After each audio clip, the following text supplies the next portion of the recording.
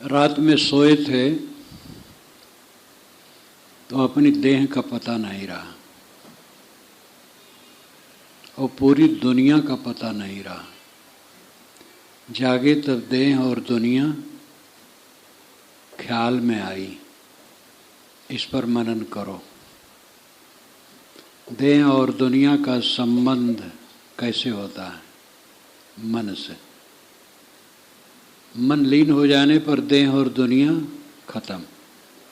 रोज रोज गाढ़ी नींद में मन लीन हो जाता है और देह दुनिया दोनों लापता। ऐसी देह दुनिया की चिंता क्यों करते हो? देह में हो, दुनिया का जो काम है, जो जिम्मेदारियां हैं, विवेक से निभाओ। देह में जब तक हो तब तक देह का प्रबंध करना पड़ेगा और देह के साथियों का भी करना पड़ेगा। जहाँ काम है, ड्यूटी है, वो सचोटी से करो, प्रेम से करो, उत्साह से करो। सेवा में जिसको उत्साह नहीं है वो जीवन में सफल नहीं हो सकता। सेवा में उत्साह होना चाहिए। निर्वेद और कर्म ये दो हैं विपरीत। निर्वेद और कर्म। निर्वेद है सच्चाइयों को देखने के बाद जो मन की ग्लानि होती है, अनासक्ति होती है, उस अवस्था को निर्वेद कहते हैं। और कर्म है जो ड्यूटी है, उसको ठीक से करना। ये दोनों विरोधी लगते हैं। निर्वेद अधिक बढ़ जाने पर कर्म शिथिल हो जाता है। कर्म में ज़्यादा लगने पर निर्वेद नहीं होता है। ये एक पक्ष है, किंतु ये सर्वथा सच नहीं। निर्वेद और कर्म पर संघर्ष सदा रहा है। निर्वेद का सीधा अर्थ वैराग। वैरागी भाव होगा तो कर्म क्या करेगा, और कर्मशील होगा तो वैरागी कहाँ होगा? ये भावना है लोगों की। विवेकियों ने ये रास्ता अपनाया कि वैरागी हो और कर्मशील हो। वैरागी होने का अर्थ घर छोड़ना और कपड़ा बदलना नहीं है। वैरागी का अर्थ है निर्मोह होना, और ये सबको आवश्यक है। कुछ लोग होते हैं जो घर छोड़ देते हैं और कपड़ा बदल लेते हैं। उनमें भी सही लोग कुछ होते हैं। बहुत लोग तो ऐसे ही पेट भरने के लिए हो लेते हैं। बहुत लोग उत्साह में हुए फिर हो जाते हैं। उनको अहंकार आ जाता है और वासना जगने लगती है और धीरे धीरे फिर फिसल जाते हैं। तो कच्चे सच्चे सब जगह होते हैं, लेकिन कुछ लोग सच्चे होते हैं और विरक्त होते हैं। घर द्वार से भी विरक्त, कपड़ा भी, आश्रम भी, सब बदल जाता है। बाकी लोग घर में रहते हैं। दोनों मनुष्य हैं, दोनों का दुख समान है। दोनों को दुख से मुक्त होकर के सुख में रहना है। उसके लिए वैराग की जरूरत है। वैराग को ही निर्वेद कहते हैं। निर्वेद कैसे होता है? सच्चाई को देखने पर। सच्चाई हम नहीं देखते। एक सुंदर पुरुष, एक सुंदरी स्त्री को देखते हैं, उसमें सच्चाई नहीं देखते हैं। सुंदर देखते हैं, सुंदरी देखते हैं। कपड़ा है कुछ ऊपर ऐंचा खैचा पहना, बाल है टेढ़ा मेढ़ा और चाम चिकना चिकना लगता है, यही देखते हैं। हड्डी का पुंज है, टट्टी पेशाब की पोटली है, रक्त नस मांस पेशी से भरा गंदगी का आकर है, इसको नहीं देखते हैं। एक चमकता हुआ मकान देखते हैं। ईंट और पत्थर है, अंत में रेत है, कणों का प्रवाह है, ये नहीं देखते हैं। हम अपनी संपन्नता देखते हैं। परिवार है, समाज है, प्रतिष्ठा है, मकान है, आश्रम है, साधु गृहस्थ किसी का भी हो। हम अपनी संपन्नता देखते हैं, उसके अंत को नहीं देखते हैं। बुढ़ापा पक्का है, मृत्यु पक्की है, सबका बिखरना पक्का है, ये नहीं देखते हैं। सच्चाई यह है अंत को देखना। इसलिए सच्चा वेदांत है अंतिम ज्ञान को समझना। वेदांत, वेद और अंत, ये दो शब्द मिलकर के वेदांत बनता है। अंतिम बात को जान लेना वेदांत है। वेद जानना, अंत आखिरत, आखिरत को जानना वेदांत है। कुरान शरीफ में भी आखिरत की बात बारंबार आई है। हजरत मोहम्मद ने आखिरत की बात कही। आखिरत पर ध्यान दो, आखिर होगा क्या? तुम बहुत माया जोड़े हो, कब तक? तुम्हारे अनुगामी बहुत हैं तुम्हारे साथ, कब तक? तुम्हारा शरीर स्वस्थ है, कब तक? सारा संगठन कब तक है? अंत को देखो। अंत को देखोगे तो प्रमाद खत्म हो जाएगा। निर्वेद होता है सच्चाई को देखने से। जो सच्चाई को देखता है हर जगह विरक्त है। परिवार में है लेकिन विरक्त है, वो सच्चाई को देखता है। परिवार के साथ सुंदर बर्ताव करता है, मोहवैर नहीं करता है, व्यवस्था करता है, काम करता है, जम के काम करता है, मोह नहीं करता है। कर्म को ढीला कर देना वैराग का दोष है, और वैराग को ढीला कर देना कर्म का दोष है। सदगुरु कबीर के जीवन में दोनों का समन्वय है। और सदगुरु कबीर ही नहीं, वैदिक ऋषियों के जीवन में दोनों का संगम है। वैदिक ऋषि ज़्यादा खान पान, नाच गान और वैसे में थे, लेकिन उसमें भी चिंतक थे। वैदिक ऋषियों में एक दो नहीं है, सैकड़ों हैं। जैसे सब जगह होते हैं हर प्रकार के लोग, तो ऐसे वहाँ भी थे। और वहाँ भी चिंतक थे, चिंतक थे लेकिन कर्मशील थे। उपनिषद के ऋषि सब कर्मशील थे, गायें रखते थे, गायें पालते थे, उनके शिष्य गायें चराने जाते थे, ब्रह्मचारी होते थे, साधक होते थे, विद्यार्थी होते थे, गायें चराते थे। और यहाँ तक कि जब गुरु ने धौम में गुरु ने कहा अरुण से, अरुण का पुत्र आरुणि, कहा कि बेटा जाओ, पानी वर्षा है और पानी बह जाएगा, मेड़ अगर टूट गई है तो मेड़ को बांध दो। तो गया बांधने, लेकिन वो पानी इतना आवे कि मेड़ रुके नहीं। तो आरुण लेट गया, जहाँ टूटा था मेड़ वहीं लेट गया, तो पानी रुक गया। बहुत समय हुआ नहीं आया। धौम्य ने कहा भाई आरुण गया था काम से, वो खेत का मेड़ बांधने, अभी तक नहीं आया। एक शिष्य आके बताया महाराज वो तो मेड़ की जगह पर स्वयं लेट गए हैं। धौम्य स्वयं गए कि बेटा ऐसा तो क्यों करता है? कि महाराज ये मिट्टी बह जाती थी, रुकती नहीं थी, तो मैं लेट गया। होनहार बिरवान के होत चीकने पात। वो इतना दृढ़ संकल्प वाला शिष्य, यानी गुरु का आज्ञाकारी और समर्पित, वही आरुणि, आरुण उद्दालक हुआ। उद्दालक, जब गुरु ने कहा उठ, उदय हो जा, उद्दालक हो जाना, उठ जाना, उभर जाना, उसको उद्दालक कहा। और वही उद्दालक पांचाल देश का महान ज्ञानी हुआ। छांदोग उपनिषद में उसी का पुत्र श्वेतकेत था, जो कि खाता पीता और मगरमस्ती करता, पढ़ता उड़ता नहीं। सब समय में सब प्रकार के लोग रहे हैं। उद्दालक का पुत्र ऐसा था जो पढ़ता नहीं था, खाता पीता मटर गश्ती करता, किसी की बात नहीं मानता। एक दिन उद्दालक ने कहा मेरे घर में कोई ब्राह्मण बंधु नहीं रहा। ब्राह्मण बंधु एक व्यंग था। ब्राह्मण कहलाने वाले घर में रहे और पढ़े ना, तो उसको ब्राह्मण बंधु कहते थे, मजाक था। ब्राह्मण नहीं है, ब्राह्मण बंधु है। उद्दालक ने मेरा कहा मेरे घर में कोई ब्राह्मण बंधु नहीं रहा, तुम जाओ कहीं पढ़ो। उद्दालक स्वयं महान विद्वान थे, लेकिन सोचा हमारे पास ये नहीं पढ़ेगा, लड़का है, दूसरे गुरुकुल में भेज दिया। 12 वर्ष के बाद पढ़ करके आया, जवान चट्टा और महाअहंकारी विद्या का। उद्दालक ने सोचा इसको तो और अहंकार बढ़ गया। तब उद्दालक ने कहा सौम्य तूने उसको जाना है जिसको जान लेने पर सब जाना हुआ हो जाता है? कहे भगवान वो मैं नहीं जानता, आप बताइए। तब बताए तत्तमस्वित के तो फिर लंबा उपदेश गया है। उपनिषद सौरभ में ये सब लिखा गया है, पढ़ सकते हैं। तत्तमस्वित के तो बारंबार बात आई है। तत्तम अस स्वित के तो तत्व तुम तू असि है, जो ब्रह्म है वो तू है।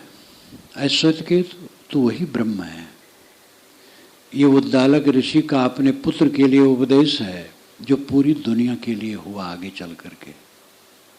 वह उद्दालक आरुणि जो अपने गुरु के पास रह करके स्वयं अपने शरीर को मेढ़ बना दिया था, इतना समर्पित। उपनिषद के ऋषि कर्मशील थे। आगे चल कर के वर्ण व्यवस्था जब कठोर हुई तब ये घमंड हुआ, बड़ा मोटा काम करने वाला छोटा है। लेकिन सदगुरु कबीर ने उस धारा को फिर से खोला। इसीलिए निर्गुणी धारा की वो प्रवर्तक माने जाते हैं। और उन्होंने कर्म पर जोर दिया, कर्म करो और वैराग्य भी करो। वैराग से कोई घबराओ ना। वैराग नहीं करोगे, वैराग तो एक दिन करना है। एक दिन समय आएगा जब सब कपड़ा उतार लिया जाएगा, घड़ी चैन जो कुछ पहने वहने वो सब उतार लिया जाएगा और एक सफ़ेद कपड़ा लपेट दिया जाएगा। राम नाम सत्य, चलेगा जुलूस। तब तो वैराग करोगे कि नहीं? पहले क्यों ना करो? वैराग करो। वैराग जहाँ हो वहीं करो। अंतिम को समझना ही वैराग है और यही वेदांत है, यही निर्वेद है। और इसके बिना दुख दूर नहीं होगा। ये लोग पूछते हैं महाराज क्या करूं, ध्यान करता मन नहीं ठहरता। क्यों मन ठहरे? रागवान है, दुनिया में चिपका है, आसक्त है, तो कहाँ ठहरेगा? जब अनासक्ति हो, खुशकी आए चित्त में, राग का लाशा टूट जाए, तब मन ठहरेगा। इसलिए निर्वेद और कर्म ये दोनों में विरोध नहीं होना चाहिए। ऐसा हुआ, निर्वेद इतना बढ़ा कि कर्म की निंदा हो गई। आग छूना पाप मान लिया गया। आग से हवन करते थे और उसमें पशु भी काट करके जलाते थे। ये सब देख करके सन्यासियों ने विरोध किया, तो आग को ही छूना पाप मान लिया।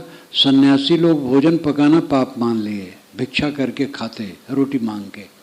तो एकदम हाथ पर हाथ धरे बैठे रहना बैराग मान लिया।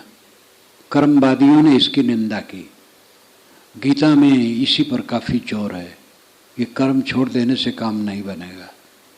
और उन्होंने ज्ञान की बात भी कही और कर्म की बात भी कही। और उसका विस्तार महाभारत में तो बहुत है, इस पर पूरा बहस ही है जगह जगह। वो जमाना ऐसा था जब महाभारत बना, उसी में गीता भी है कि वो कर्म यानी निर्वेद और कर्म पर एक द्वंद्व चल रहा था। लेकिन फिर उसका समन्वय हुआ। महाभारत में इसका काफ़ी समन्वय है, गीता में समन्वय है। और कबीर का तो ये सब प्रवाह ही हुआ कि नानक दादो दरिया घीसा पलटू अनेक संत निर्गुणी धारा के हुए जो सब कर्मशील, और वही युक्त युक्त है। कर्म करो और निर्वेद करो, असलियत को समझो। किसी विषय में असलियत को समझ जाओगे, विवाद खत्म। आपसे, आपके परिवार में किसी से विवाद है, विवाद का जो कारण है बहुत झूठा है, बहुत झूठा है, अहंकार है केवल। झुक जाओ, दूसरे को झुकाने के चक्कर में न पड़ो, अपना झुक जाओ, बस सब ठीक हो जाएगा। आज से 2 वर्ष, 3 वर्ष, 4 वर्ष, 10 वर्ष पूर्व, 20 वर्ष, 25 वर्ष पूर्व आप कहीं अड़ गए थे, अहंकार किए थे, कट बोले थे, कट व्यवहार किए थे, अवज्ञा किए थे, निष्ठुरता किए थे। समझ में पीछे आया कि वे गलत था, ग्लानि हुई थी, सब बीत गया। आज करोगे फिर वैसे फल हो गए। दूसरे से गलती हो गई, क्षमा करो, सुधारो। एक घटना थोड़े, जीवन में अनेक घटनाएं घटती रहती। जो अपनी त्रुटियों से उपदेश न ले सके वो क्या उपदेश लेगा? हमारी त्रुटियां हमारी गुरु बन जाए, हमारी गलतियां हमारा पथ प्रकाश बन जाए। जो अपनी गलतियों से नहीं चेतेगा वो नहीं चेत सकता है। गुरु उपदेश करते हैं, संत उपदेश करते हैं, और वो उपदेश तब काम करता है जब अपनी गलतियों को हम देखना शुरू कर दें। शास्त्रों का ज्ञान प्राप्त करके ज्ञानी होना अलग है, और अपने अज्ञान को समझना ये अलग है। ज्ञानी होना, अपने अज्ञान को समझना। हम ज्ञानी न हो, अपने अज्ञान को समझे। जो अपने अज्ञान को समझता हो वो ज्ञानी है। अपने अज्ञान को कितने लोग समझते हैं? किसी को कह दो तुम अज्ञानी हो, दुखी हो जाएगा, झगड़ा कर लेगा। लेकिन सच्चा ज्ञानी से कहो तुम अज्ञानी हो, वो सिर झुका लेगा। अपने अज्ञान को समझना ही ज्ञान है। शास्त्र ज्ञान तो क्या है, वो रट रटाले बहुत हो जाता है। प्रतिभा वाले जो होते हैं, जिनकी प्रतिभा प्रखर है, थोड़े में बहुत जान जाते हैं, लेकिन वो प्रतिभा काम थोड़ी करती है। एक एक प्रतिभावान है जो वासना में बह रहे हैं रात दिन। अपने अज्ञान को समझने वाला सच्चा ज्ञानी है। जो निरंतर अपने अज्ञान को समझता वो धन्य है। हमारा मन कहाँ जा रहा है, क्या सोच रहा है? या तो मरी बातों को सोचेगा या सपना की बातों को सोचेगा।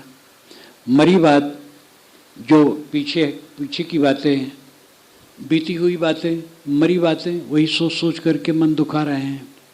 सपना की बातें, आगे ऐसा करूँगा, पता नहीं आगे क्या होगा, उसको सोच रहे हैं। प्रतिक्रिया की बात सोच रहे हैं। हरदम तो मन कूड़ा कबाड़ बना रहता है, शांति कैसे मिलेगी? ये मन के कूड़ा कबाड़ को बुहार दो, फेंक दो।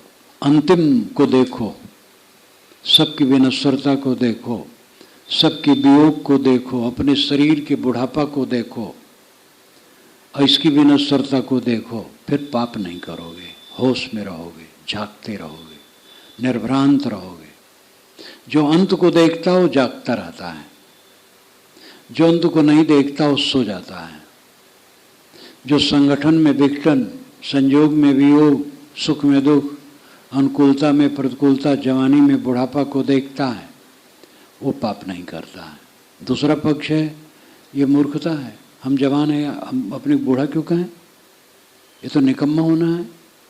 संगठन बढ़िया चल रहा है, हम विघटन क्यों देखें? निराश हो जाना है। लेकिन ये बिना सोचे ऐसा कहा जाता है, वो निराशा की जगह नहीं है। अंत में होता क्या है? जो अंत को न देख सके वो समझदार कहाँ है? कितने दिन की जवानी है, कितने दिन का सबका सम्मेलन है, कितने दिन की गामागामी है। कोई उपाय नहीं है। अनेक वैज्ञानिक साधनों से भी बात करके जवानी और सबका सम्मेलन रोके नहीं रख सकते हो। जवानी खत्म होगी, सम्मेलन खत्म होगा, संगठन, सम्मेलन, संयोग खत्म होगा, सब कुछ खत्म होगा। तो इस असलियत को न देखना तो अपनी आंखों में धूल झोंकना है, अपने को धोखा देना है, और इसी में तो सारा प्रमाद होता है। ये 4 दिन का पद पाते हैं नेता लोग, और कैसा कैसा पाप कितने लोग करने लगते हैं, कितना कितना गबन करने लगते हैं, होश हवास में नहीं रहते हैं। और नेता ही का दोष क्या दिया जाए? हम लोग भी जहाँ कहीं भी हों तो मन विचलित हो जाता है, तो क्या ज्ञान रहा? हमारा एक ब्रह्मचारी नेशनल लाइब्रेरी कलकत्ता में जब पढ़ने गया तो पर्स लेकर के गया था। तो उसके शुरू के पहरेदार ने ही कहा, जो बाहर बैठा रहता है, कि महाराज ये पर्स न लाइए, हम लोग सब ईमानदार नहीं हैं।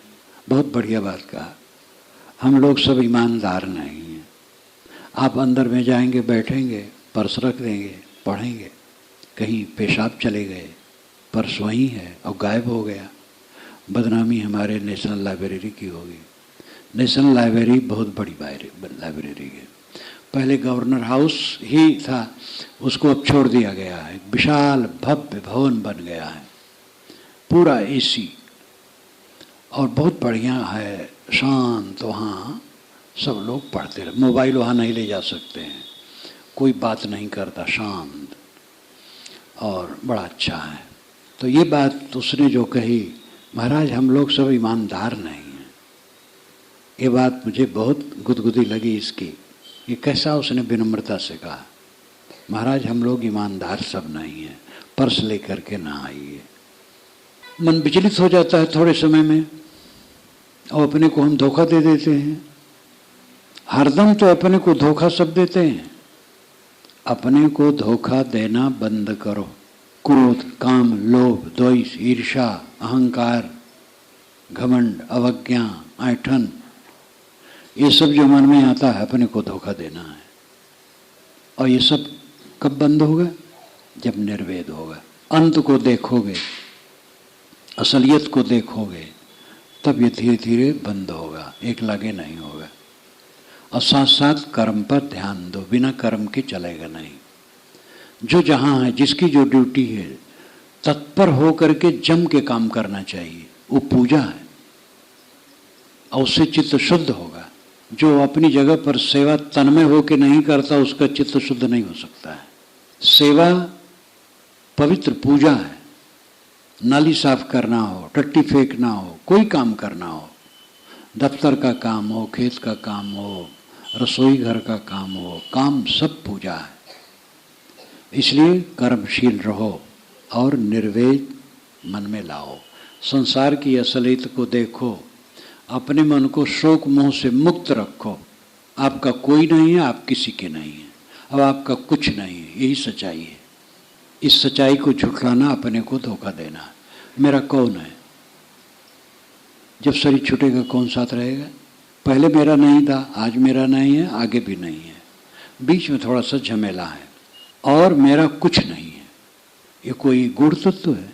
जब सांस टूटेगी तो क्या लेके जाएंगे? मेरा कोई नहीं है, मैं किसी का नहीं हूँ, और मेरा कुछ नहीं है। यही असलियत है, ये निर्वेद है। और ये निर्वेद जिसके चित्त में निरंतर है, उसको अशांति कहाँ, पीड़ा कहाँ, भय कहाँ, दुख कहाँ, दुर्गुण कहाँ, संताप कहाँ। लेकिन साथ साथ कर्म, जीवन में खूब कर्मशील रहो और निर्वेद ग्रहण करो, और दोनों को लेकर के व्यवहार परमार्थ संपन्न करो। मैं 9 बजे से भी ज़्यादा बोल गया, 10 मिनट। अब मैं विराम लेता हूँ। सज्जनों और देवियों, सभी मनुष्यों के अंदर में ब्रह्म बैठा, गुरु बैठा। ये भाषा 2 है, बात 1 है। जो बैठा है वही गुरु है, वही ब्रह्म है। और गुरु यही कहता है कि जो मैं हूँ वही तू है, मैं जगा हूँ तू भी जग जा। और जगो ऐसा कि नींद न आए। दैहिक नींद तो लेना चाहिए सबको। 24 घंटे में कम से कम 6 घंटे तो सोना चाहिए। लेकिन ये नींद, ये जगना अलग है। जगने का मतलब है जो करना चाहिए वो करना, जो नहीं करना चाहिए वो नहीं करना। पहले तो अपने कर्तव्य का निश्चय करना, अकर्तव्य न करना और कर्तव्य करना, ये हमारे ऊपर निर्भर करता है। जिसका विचार पिलपिला है, क्षण में इधर क्षण में उधर, वो कहीं का नहीं रहता। जानता है कुछ, करता है कुछ, भटक जाता है। हमारा विचार दृढ़ होना चाहिए। जिसको गलत समझे उसको न दोहराए, जिसको सही समझे उसको कस के पकड़ ले। अपने गुरुत्व और ब्रह्मत्व को उठाना चाहते हो, उसका साक्षात्कार चाहते हो और उसमें स्थित होना चाहते हो, तो दृढ़ बनो। पहली बात, सबके अंदर में गुरु बैठा है, ब्रह्म बैठा है, राम बैठा है, खुदा बैठा है, गॉड बैठा है, सत्य बैठा है। ये सारे शब्द पर्याय हैं। किसके पर्याय हैं? आपके। सत्य क्या है? जो पूछता है वो सत्य है। सत्य क्या है? पूछने वाला खुद सत्य है। उससे बड़ा सत्य और कुछ नहीं। आपसे बड़ा सत्य और कुछ नहीं होगा। आप परम सत्य हैं।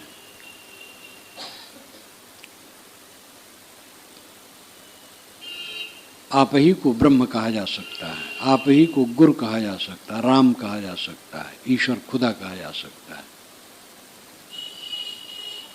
अपने को पहचानो। परमात्मा कैसे मिलता है, थोड़ी सी चर्चा मैंने कल की थी महाविद्यालय में। पांचों ज्ञानेंद्रियों से पांचों विषय मिलते हैं, आँख, नाक, कान, जीभ, चाम। इनसे शब्द, स्पर्श, रूप, रस, गंध मिलते हैं। आँख से रूप मिलेगा, कान से शब्द, नाक से गंध, जीभ से रस, चाम से स्पर्श, मन से संकल्प विकल्प। परमात्मा कैसे मिलेगा, किस इंद्री से? पांच ही ज्ञान इंद्रियां हैं और छठा मन है। पांचों ज्ञान इंद्रियां बाह्यकरण हैं और मन अंतःकरण है। करण का अर्थ यहाँ है जानने का साधन। बाह्यकरण आँख, नाक, कान, जीभ, चाम। अंतःकरण मन। पांच बाह्यकरण से शब्द, स्पर्श, रूप, रस का ज्ञान होता है और अंतःकरण मन से संकल्प विकल्पों का ज्ञान होता है। परमात्मा का ज्ञान कहाँ से होता है? छठी इंद्री छोड़ करके सातवीं इंद्री नहीं है जानने की। कैसे जानोगे परमात्मा को? जो परमात्मा से मिलना चाहते वो भावुक हैं और वह अलग परमात्मा मान बैठे हैं जो कहीं नहीं है। विश्वास मार्गी और विवेक मार्गी दो मार्गी होते हैं। वैसे धर्म के मार्ग में भेद प्रभेद करके कई शाखाएं हैं, लेकिन मोटे रूप में ये दो हैं और उसी के ये सब अंतर करके बहुत कुछ गढ़ते हैं लोग। विश्वासवादी और विवेकवादी। विश्वासवादी मानता है हमसे परमात्मा अलग है, जो हमारा प्राप्तव्य है, जो हमारा लक्ष्य और गंतव्य है, जो हमारा गोल है, जो हमारा प्रिय है, वो हमसे अलग है, ऐसा विश्वास करते हैं। विवेकवादी कहते हैं मेरा प्राप्तव्य, मेरा लक्ष्य, मेरा गोल, मेरा उद्देश्य मुझसे अलग नहीं, मेरा अपना सत्य है और यही गंभीर बात है। अगर मेरा लक्ष्य बाहर है तो भौतिक है, जैसे कि भोजन भी लक्ष्य है, इसलिए भोजन चाहिए और भोजन भौतिक है। वस्त्र, आवास, औषध या और भी तमाम चीज़ें होती हैं, ये सब का भी लक्ष्य होता है। धन का लक्ष्य होता है, इसलिए आदमी खेती, व्यवसाय, नौकरी, कला, शिल्पी कोई काम करता है। शिल्प का उसका उद्देश्य, लक्ष्य होता है धन, वो भौतिक है, वो बाहर से मिलता है। भौतिक धन बाहर से मिलता है, पारमार्थिक धन बाहर से नहीं मिलता। पारमार्थिक धन आपका सत्व है, आपका होना है, आपका अस्तित्व है, उसको समझना है और उसमें ठहरना है।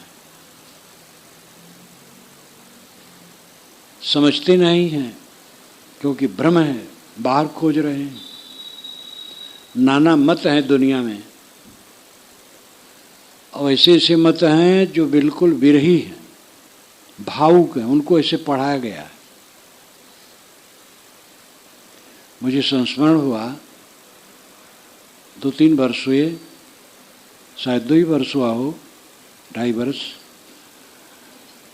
अयोध्या से उत्तर तरफ गोंडा जिला में ठंडी में मैं कार्यक्रम में था, तो एक स्कूल में मेरा निवास था और थोड़ी दूर पर आगे सड़क पर छोटा सा आश्रम था, उन्हीं का आयोजन था और वहीं प्रवचन की जगह थी। भोजन कुछ दूर में था। एक पंडित जी जो वैष्णव संत थे, वृद्ध थे, विद्वान भी थे, और वहीं उनका घर था। शायद वो अयोध्या में कहीं दीक्षा और वेश ले लिए हों, घर पर रहते हों।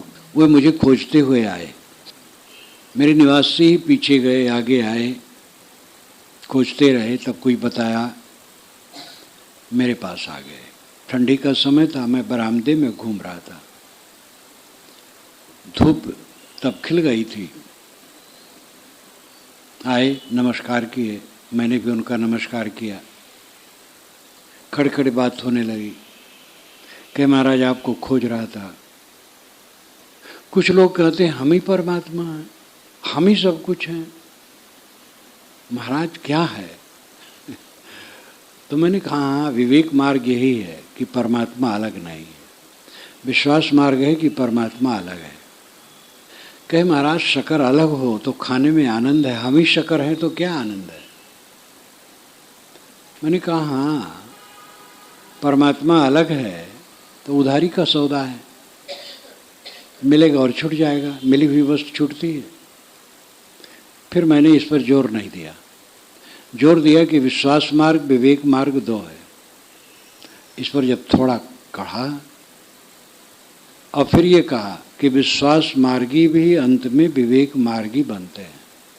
मैंने गोस्वामी जी का उदाहरण दिया कि वह विश्वास मार्गी हैं, वह अलग ही ईश्वर नहीं मानते हैं केवल, किंतु देहधारी श्री राम को ही सर्वे सर्वा मान लेते हैं।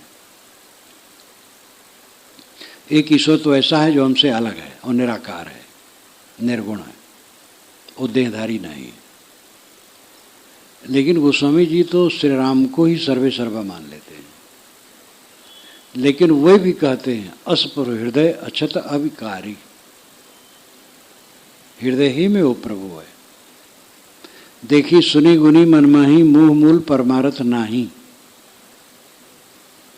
गो गोचर जहाँ लग मन जाई, सो सब माया जानो भाई। तो यहाँ दूसरा कौन रहा?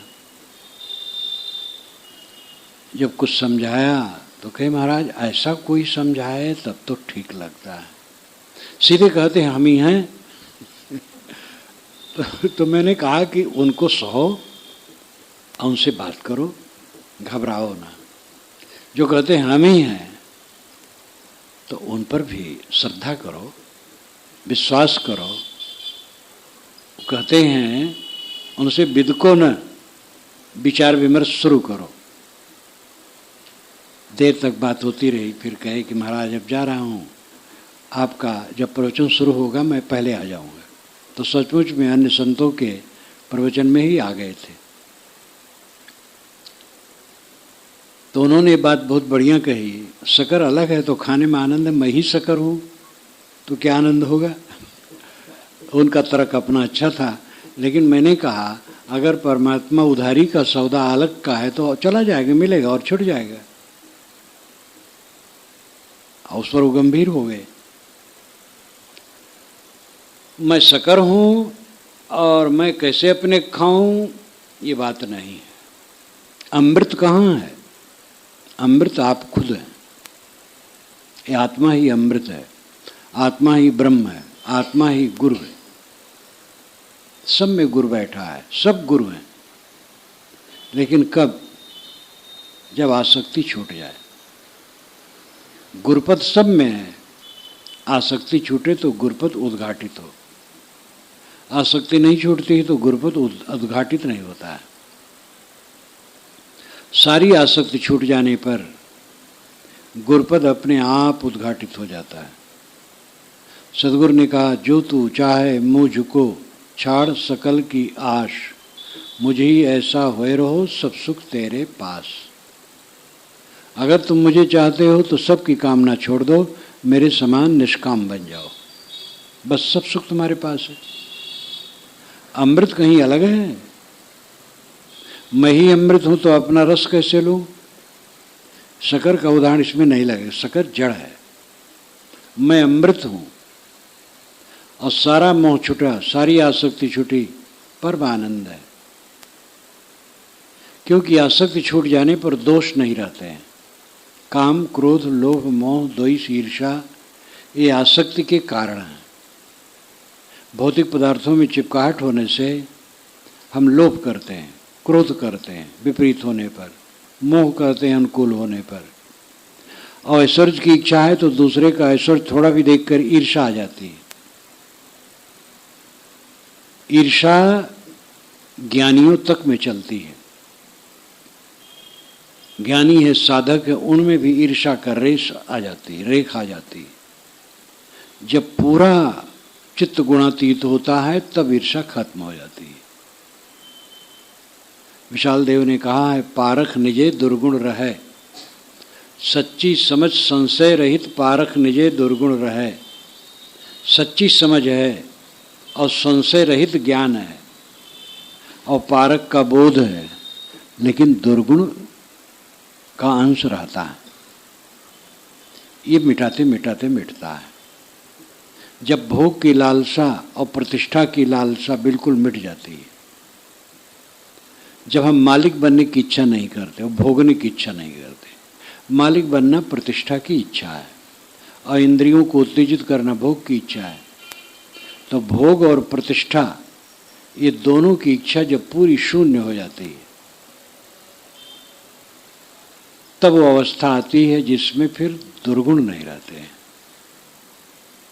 तो अपने आप का बोध हो और दुर्गुण एकदम खत्म हो जाए, फिर आप खुद अमृत हैं, परमानंद, परम सुख, महाआनंद, अगाध अमृत, क्लेश रहित मन। इसमें उदाहरण नहीं लगेगा, मैं शक्कर हो जाऊं तो खाऊंगा कैसे, उसको आनंद कैसे आएगा। शक्कर का उदाहरण इसमें नहीं लगेगा। आप स्वयं अमृत हैं। तृष्णा मिटी, दुर्गुण समाप्त हुए, परमानंद की स्थिति आ गई। अपने को पहचानो। और ये बात शुष्क नहीं है, और ये बात केवल ऊपर वालों के लिए, जो संत महात्मा उन्हीं के लिए नहीं है। सबका मन क्या है? दुख रहित रहना, परम सुख भोगना। दो वाक्य हैं, दो भाव हैं। भाव तो एक है, वाक्य दो है। परम सुख भोगना या दुख से मुक्त होना, एक ही बात है। सब यही चाहते हैं। दुनिया से कहीं दुख दूर होगा? बहुत बड़ा ऐश्वर्यशाली व्यक्ति भी दुखी रहता है, क्योंकि सब कुछ सबको नहीं मिलता है, और सब कुछ मिला है तो जीर्ण होना शरीर का निश्चित है। वैभव खूब है, भोगने की वस्तुएं खूब हैं, शरीर कमजोर हो गया, बूढ़ा हो गया, और कुछ नहीं कर सकता है, खा भी नहीं पाता है ठीक से, बहुत कम पचता है। रोग लग गया तो डॉक्टर और कह देता है ये चीज न खाओ, वो चीज न खाओ। भोग सदैव परतंत्र है। कुछ है तो कुछ नहीं है, अमुक चीज है तो अमुक चीज नहीं है। सब जीव दुखी है। एक कहानी, संत अपने शिष्य को कहें बेटा दुनिया दुखी है, लेकिन जो साधक रहे उतना समझदार नहीं रहे। कहे महाराज एक से संपन्न है, सुखी, आप सबको दुखी कहते हैं। कि हाँ बेटा सारा संसार दुखी है। तो बारंबार प्रश्न करें महाराज हमें समझ में नहीं आता है। अच्छे अच्छे सुखी जिनके गाड़ी घोड़ा धन दौलत माल सब है, आप सबको दुखी कहते हैं। तो कहे अच्छा बेटा ठीक है। एक शहर में होके जा रहे थे, एक सुंदर युवक बैठा था, जो कि उसकी जवानी पक गई थी, 40 तक हो गया था, और धन धान्य खूब, बड़ा सेठ था। शिष्य ने कहा महाराज के ये भी दुखी हुए? कहे चलो देखें। गए, वो उठ करके प्रणाम किया। महात्मा ने पूछा कुशल मंगल? कि हाँ महाराज सब आनंद है। पहले तो सब यही कहते सब आनंद है। तो कोई तकलीफ? कि महाराज तकलीफ न कहिए, जो तकलीफ मुझे है मैं जानता हूँ कि कौन सी तकलीफ है। कहे महाराज 10 वर्ष हो गए विवाह हुए, कोई बच्चा नहीं हुआ है, और यही सोचता हूँ कि ये सब धन दौलत कौन लेगा। अंदर अंदर मैं सूख रहा हूँ। महात्मा ने समझाया, समझा के चल दिए। कहा बेटा देखा इसका सुख? कि महाराज तो सुखी बहुत लगता था कि माँ दुखी है। और आगे बढ़े तो एक घर संपन्न वैसे ही, और घर का मालिक थोड़ा 50 तक प्रौढ़। कहा महाराज ये तो सुखी होगा, चलो बेटा देखें। गए, उस सेठ ने भी नमस्कार किया। महात्मा ने कहा कुशल मंगल? कहे हाँ महाराज सब आनंद है। कि कोई तकलीफ? अरे कहे महाराज तकलीफ न कहिए, बड़ा लड़का तो कहे में नहीं है, वो पास में बैठता ही नहीं, बोलता ही नहीं है, मनमानी करता है। मझला है वो, रोगी रहता है, पढ़ता उड़ता है लेकिन पढ़ नहीं पाता, रोगी है, उससे तो आशा ही नहीं कुछ की जा सकती है। अब ये छोटा वाला है, कैसे होगा इसका तो महाराज पता नहीं। मैं अंदर अंदर जल रहा हूँ। महात्मा ने समझाया, आगे चले। कहा बेटा इसका सुख देखा? कहे महाराज ये भी माँ दुखी है। ऐसे वो कई जगह जब ऐसा अंदाजे और सब जगह दुखी पाए तो कहे महाराज आपकी बात सच है, मेरी शंका समाप्त हो गई। दुनिया की वस्तु ही ऐसी है जो बिगड़ने वाली है। सब अल्पायु है। जो दृश्यमान है वो निर्मित है और अल्पायु है, चाहे जड़ हो और चाहे चेतन हो। देहधारी चेतन है लेकिन देह तो जड़ है, मकान निरा जड़ है, दोनों की आयु है। मकान कितना भोगता हो वो भी कुछ दिन के बाद मिट जाएगा। शरीर भी सबका मिटता है, अन्य वस्तुएं भी मिटती हैं। सारी निर्मित वस्तुएं निरंतर बदलती हैं और एक दिन मिट जाती हैं। सारे प्रेमी परिवर्तित होते हैं। न नूनमस्त नोसह कस्तत वेद यदद्भुतम अन्यस्य चित्तम अभिसंचरेणम उताधीत विनश्यति उताधीतम विनश्यति। न तो आज वाला सत है न कल वाला सत है। न नूनमस्ति नो स्व, नूनम सामने वाला, स्व कल आगे वाला। आज देखो ये सभा बैठी अभी उठ जाएगी, कल वाला जो मिले वो भी छूट जाएगा। न नूनमस्ति नो स्व कस्तत वेद यदद्भुतम। जो कुछ अद्भुत है वो कहाँ तक जाना जा सकता है। बड़े बड़े डॉक्टर अभी शरीर को जान नहीं पाए, थोड़ा मोड़ा जानते हैं। अन्यस्य चित्तम अभिसंचरेणम। साथी बराती का चित्त बहुत चंचल है, पता नहीं कहाँ कहाँ घूमता है, कब कब किसके मन में क्या उठता है कौन जानता है, कब बदल जाए। उदाधीत विनश्चित। और जो पढ़ा गुना जाना गया है वो भूल जाता है। किस चीज का घमंड किया जाए। बड़े बड़े विद्वान अंत में ऐसी अवस्था में आ जाते हैं कि वह ये नहीं समझ पाते हैं कि अभी भोजन किया कि नहीं किया। विस्मृत का रोग आ जाता है। सब कुछ बदलने वाला है। जो हमें मिला है क्षण क्षण छीड़ हो रहा है, और इसमें रह करके कोई चाहे कि सुखी हो जाएंगे, कैसे सुखी होंगे। सुख है परम सुख, परमानंद अपने स्वरूप को पहचानने में और स्वरूप स्थित में। स्वरूप और स्वरूप स्थित, स्वनाम खुद रूप नाम पदार्थ। खुद के पदार्थ में ठहरने से। खुद का पदार्थ अपना अस्तित्व है। आपका अस्तित्व देह से अलग है, आप देह नहीं है। देह जड़ है, आप चेतन है। इसका बोध सही से होना चाहिए। मैं शुद्ध चेतन हूँ, देह नहीं हूँ। देह नश्वर है, मैं अविनाशी हूँ। मैं निर्विकार हूँ, देह विकारी है। सारा संबंध एक स्वप्न की तरह है। कल की चीज आज कहाँ है? 10 वर्ष पुरानी चीज कहाँ है? 20 वर्ष पुरानी चीज कहाँ है? सभी लोग ये अपने अपने जीवन पर सोच सकते हैं। बीते हुए जीवन के अंशों की घटनाएं, उनकी स्थितियां आज कहाँ हैं? वो सब कुछ भी नहीं है। जब जब हम जहाँ जहाँ रहे, व्याकुल हुए, पीड़ित हुए, प्रसन्न हुए, आनंदित हुए, लेकिन वो सब खो गए। हमें सम्मान मिला, अपमान मिला, पूजा हुई, निंदा हुई, कुछ है नहीं।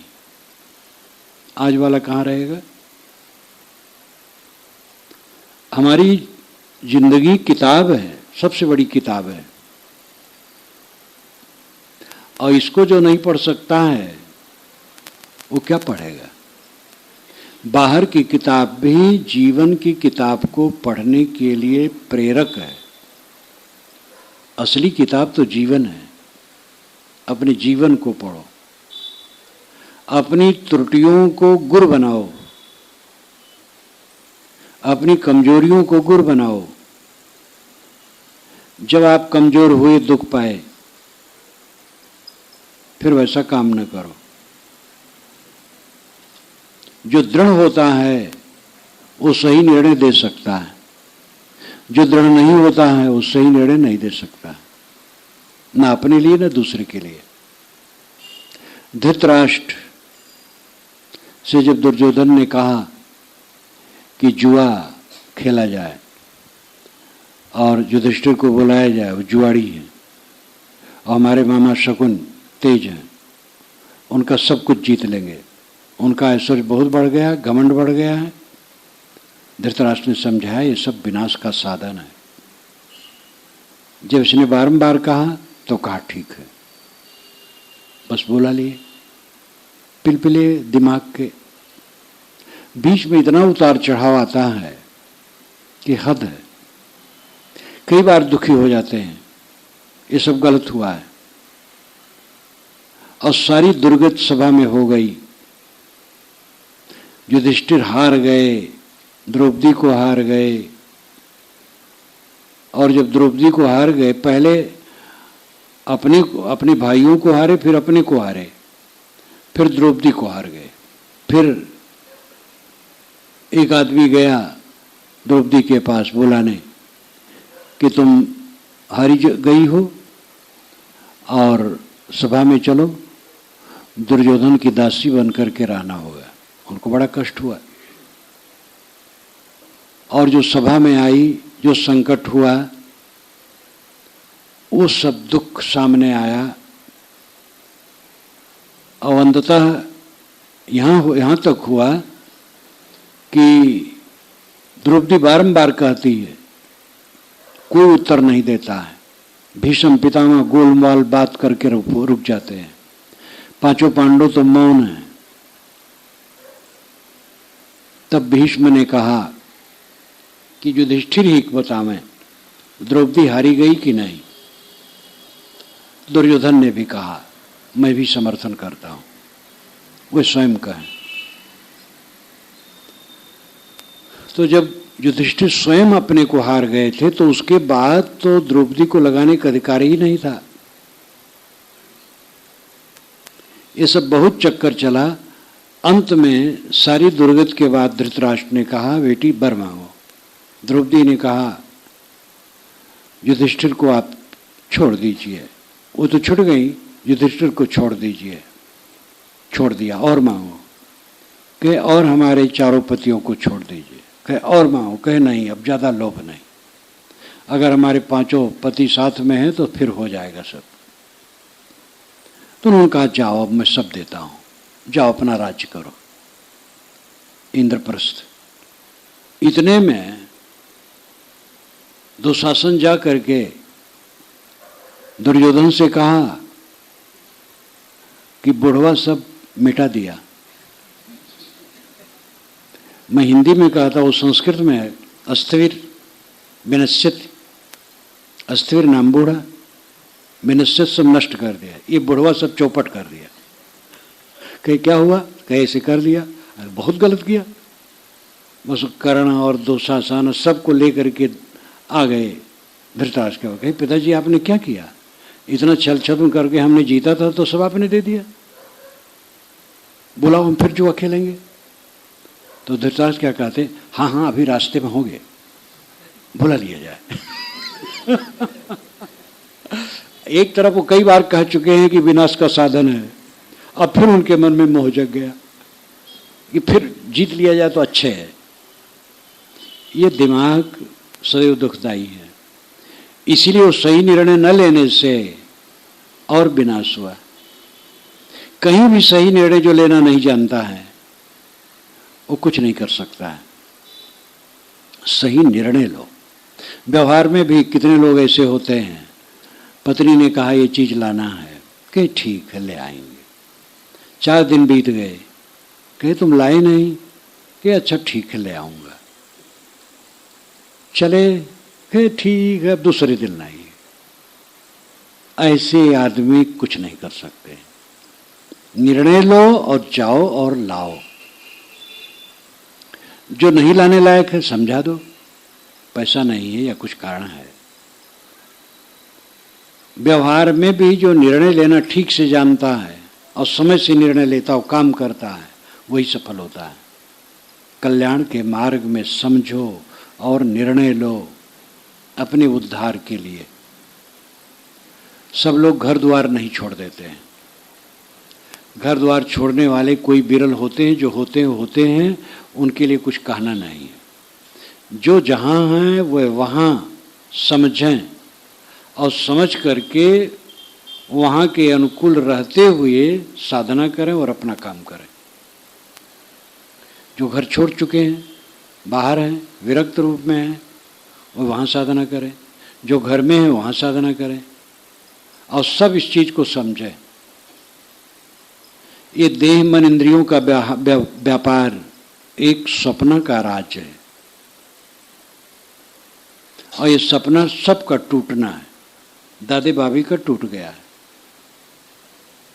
हम लोगों का भी टूटना है। इस सपने में अपने को धोखा न दें और आज दिन हम अपने को धोखा देने में लगे रहते हैं। कब कब हमसे गलती होती है इस पर ध्यान दो। खाने बैठे कुछ ज़्यादा खा लिए, गलती हुई, मूर्खता हुई कि नहीं? लेकिन हमें कोई मूर्ख है तो खल जाएगा। अगर हमने ज़्यादा खाया तो मूर्ख बने और ये मूर्ख आदमी बनता रहता फिर खाता रहता है। और ज्ञानी है, विद्वान है, मूर्ख बनता रहता है फिर ज़्यादा खा लेता है और फिर विद्वान और ज्ञानी भी अपने मानता है और मूर्ख बनता रहता है। क्रोध आया, तिलमिला गया, मन खराब हो गया और ज़्यादा हो गया तो मुंह से भी कट कहने लगा। मूर्ख बने कि नहीं? समाधान क्रोध से नहीं होता है, समाधान शांत से होता है। क्रोध तो और काम को बिगाड़ देता है। कट कह करके साथियों पर हम विजय नहीं कर सकते हैं। कटुभाषी के अनुकूल लोग भी प्रतिकूल हो जाते हैं, घृणा करने लगते हैं। लेकिन कट बोलकर ईर्षा मन में आई, मेरे मन में, जिसके लिए ईर्षा आई उसका कुछ नुकसान होने वाला नहीं। लेकिन हमारा मन खराब हो गया, मन की चादर में दाग लग गया, मूर्ख बन गए हम। कब कब हम मूर्ख बनते हैं, कितने लोग देखते हैं अपने को। दूसरे को मूर्ख तो सब समझते हैं, कहते हैं कि 1.5 बुद्धि हमारी है और आधी बुद्धि दूसरे की है। अपने अपने ढंग से लोग कहते हैं। मतलब कुल मिलाकर कि हमारी बुद्धि सर्वाधिक है, दूसरे की बुद्धि तुच्छ है। हमारा सदाचार ऊंचा है, दूसरे लोग कम सदाचारी हैं। ये घमंड सबको है और ये घमंड और डुबाता है। जो अपने अज्ञान को देखता है वो ज्ञानी है। शास्त्र ज्ञान, बौद्धिक ज्ञान, वाचिक ज्ञान अपना महत्व रखता है, इसकी भी जरूरत है। लेकिन असली ज्ञान अपने अज्ञान को समझना है। बहुत शास्त्रज्ञ हो जाने पर दुख नहीं दूर होगा और बहुत प्रवचन शक्ति हो जाने पर भी दुख दूर नहीं होगा। अष्टावक्र गीता में एक बात आती है, अष्टावक्र गीता का भाष्य कर दिया गया है, प्रेस में चला गया है, समय से आप देखेंगे। बहुत बैराग प्रधान पुस्तक है, बहुत बढ़िया पुस्तक है। उन्होंने सारी बातें उनकी तीर की तरह हैं। उन्होंने कहा है कि चाहे जितना बोल लो और चाहे जितना जान लो, सबको भूले बिना अमृत स्थित न पाओगे। बोलने का मतलब क्या? समाधि, शांत। चाहे जितना बोल लो, चाहे जितना जान लो, सबको भूले बिना वो स्थित न पाओगे। दूसरी जगह उन्होंने कहा, तुम्हारे गुरुजी शिव जी हो जाएं, विष्णु हो जाएं और पद्मजोनि ब्रह्मा हो जाएं, लेकिन सबको भूले बिना तुम्हें शांति न मिलेगी। तो यहाँ भूलने का मतलब है समाधि, शांत। हमारा और आपका ऐसा क्षण होना चाहिए जिस समय हम सब कुछ भूल जाएं। ध्यान क्या है? कुछ न सोचना। लेकिन इस स्थिति में आदमी तुरंत नहीं ठहर सकता है। पहले तो किसी आधार में मन को ठहराना पड़ता है। ठहराते ठहराते फिर साक्षी भाव में रहना, संकल्पों का त्याग करना, संकल्पों में न बहना, ये भी बहुत ऊंची स्थिति है। अंतिम स्थिति है कुछ न सोचना। और ये स्थिति आती है तो यही उच्चतम स्थिति है, कुछ न सोचना, सहज समाधि। सब कुछ को भूले बिना तुम्हारी अमृत स्थित न होगी। गाढ़ी नींद में आप सब कुछ भूल जाते हैं, इसीलिए परम सुख रहता है। लेकिन वो अवस्थाजन्य है, बोधजन्य नहीं है। इसलिए जैसे जागते फिर दुख शुरू हो जाता है। और जो जागते जागते शांत है, जिसका चित्त संकल्प विकल्प रहित है, फिर क्या पूछना। अमृत सागर है। अपने मन को हल्का करो पहले। ये तो जीवन का उच्चतम स्वरूप है, उच्चतम स्थिति है। पहले तो ये करो कि मन में जो आंदोलन है, मन में जो लड़कपना है, उछाल है, उद्वेग है, घटाओ।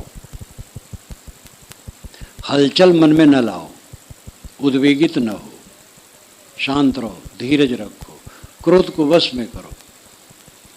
कामना पूरी नहीं होती तो क्रोध उठता है, कामना पूरी होती है तो लोभ आता है।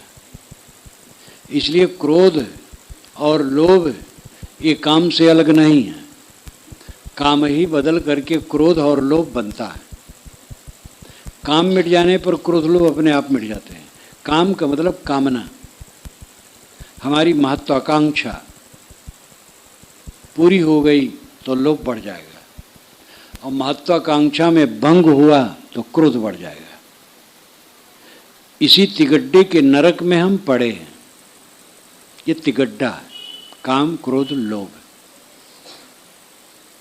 और इसी में हम पड़े हैं। इसको छीड़ करो, कामनाओं को घटाओ। कामनाओं से किसी की उन्नति नहीं होती, मेहनत से होती है। मेहनत करो। मेहनत के लिए कोई गुरु आचार्य रोका नहीं है। ये तो अभ्युदय निःश्रेयस सिद्धि धर्म कणाद ने कहा, जिससे अभ्युदय निःश्रेयस की सिद्धि हो धर्म है। अभ्युदय लौकिक उन्नति, निःश्रेयस मोक्ष। तो धर्म की परिभाषा उन्होंने मोक्ष के लिए केवल नहीं दी, अभ्युदय भी चाहिए, लौकिक उन्नति भी चाहिए और निःश्रेयस मोक्ष भी चाहिए। रोटी भी चाहिए और मुक्ति भी चाहिए, पेट भरना चाहिए और मन शांत होना चाहिए, दोनों की जरूरत है। पेट भरा रहे और मन जलता रहे तो क्या होगा, और मन शांत रहे और पेट न भरे तो भाई तब दुख तो तब भी होगा। इसलिए अभ्युदय निःश्रेयस दोनों की जरूरत है। कोई महापुरुष, वैदिक ऋषि तो सब कर्म करते, उपनिषद के ऋषि कर्म करते, कबीर साहब ने तो कर्म करों की एक वाहिनी ही खड़ी कर दी, नानक दादू दरिया घीसा पलटू, सब कर्म कर संत थे। कर्म करों से घृणा और मोटे काम से घृणा तो वर्ण व्यवस्था का दुष्परिणाम है। वर्ण व्यवस्था पकते पकते इसी स्थिति आ गई जहाँ पर वेदों में लिखा है सिराज उंजन दिकवयो, ज्ञानी हल चलाता है, वहाँ कृषक को पापी मान लिया गया और खेती करने वाला अपराधी है क्योंकि जीव मरते हैं, ऐसी परिभाषा कर डाली गई। और वेद कहता है हल ज्ञानी चलाते हैं, कवि। हिंदी में तो कवि का अर्थ कविता बनाने वाला, कविता गाने वाला, लेकिन संस्कृत में कवि का अर्थ है जिसने आर पार देख लिया हो, तत्व दृष्टि जिसकी पूरी पक्की हो गई हो, आत्मज्ञानी हो, वो कवि है। और ऐसा ज्ञानी हल चलाता है। परंपरा में धीरे धीरे भूल हो जाती है और बड़ी व्यवस्था है संसार में, थोड़े समय में सब इतना चक्कर हो जाता है। अमेरिका में एक संस्था है कि जिसमें लोग, धनी लोग अपनी लाश को वहाँ सुरक्षित कर देते हैं, जीते जीते रिजर्व करवा देते और पैसा दे देते हैं, और वो दावा करते हैं कि हम आपको जिला देंगे। और जिला तो क्या आज तक नहीं जिला पाए, अनेक मुकदमे उस संस्था पर चल रहा है। लेकिन मान लो कोई जी जाए तो अपने घर में पच पाएगा? तीसरी पीढ़ी पुराने का आदमी आ जाए तो आज के बच्चों में पचेगा? महाभारत का संस्मरण आया, वेद व्यास आए, जब पांचों पांडव वन चले गए थे हार ओर करके 12 वर्ष के लिए और 1 वर्ष अज्ञातवास रहा, तो वेद व्यास आए धृतराष्ट्र के पास। धृतराष्ट्र वेद व्यास के पुत्र थे, ये बहुत दुखी थे। उन्होंने कहा देखो पांडवों से बैर बांधने से कल्याण नहीं होगा, उनको बुला करके उनकी गद्दी दे दो, जैसे दोनों रहते थे वैसे रहें। दुर्योधन गंगा के किनारे रहते थे और युधिष्ठिर जमुना के किनारे, दोनों की राजधानी अलग थी और दोनों की संपत्ति काफ़ी थी। तो कहे वैसे कर दो और नहीं तो फिर समझ लो कौरवों का विनाश है। तो उन्होंने कहा भगवान दुर्योधन को आप ही समझा दीजिए। वेद व्यास तो समझोगे कि झंझट में मैं पढ़ रहा हूं। उन्होंने कहा देखो, एक ऋषि आ गए, कहे देखो ये समझा देंगे, मैं जा रहा हूं।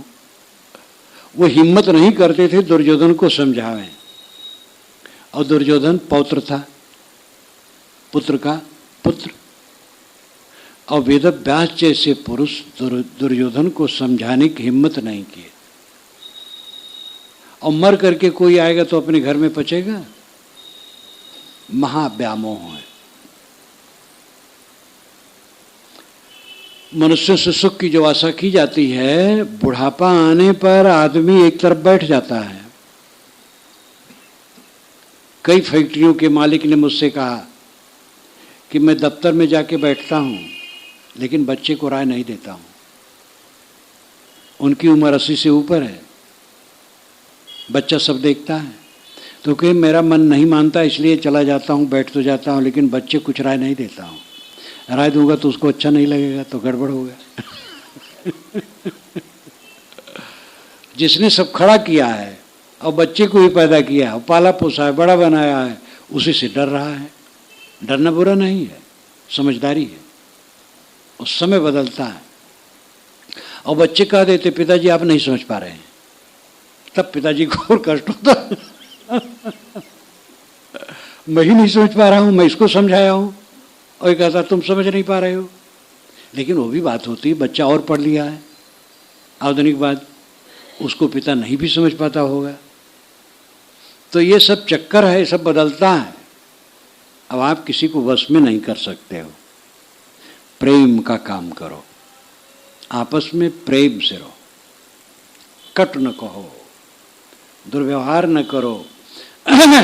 अजहू नाव समुद्र में ना जाने का होए, अभी भी नाव अपनी समुद्र में है, पता नहीं क्या हो।